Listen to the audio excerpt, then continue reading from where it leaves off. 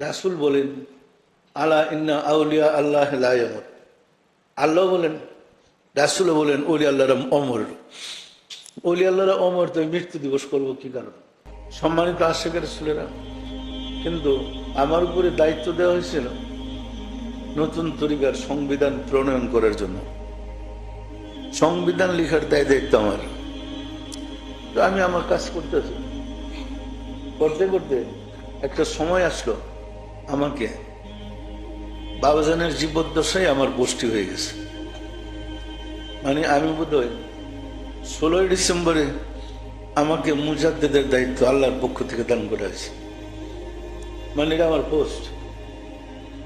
এরপরেও বাবাজান 28শে মার্চ ইন্তেকাল করছেন। মানে অনেক আগের, তো 40 বছর আগের কথা বলতেছি, মনে শুনে থাকে। 83-র 16ই ডিসেম্বর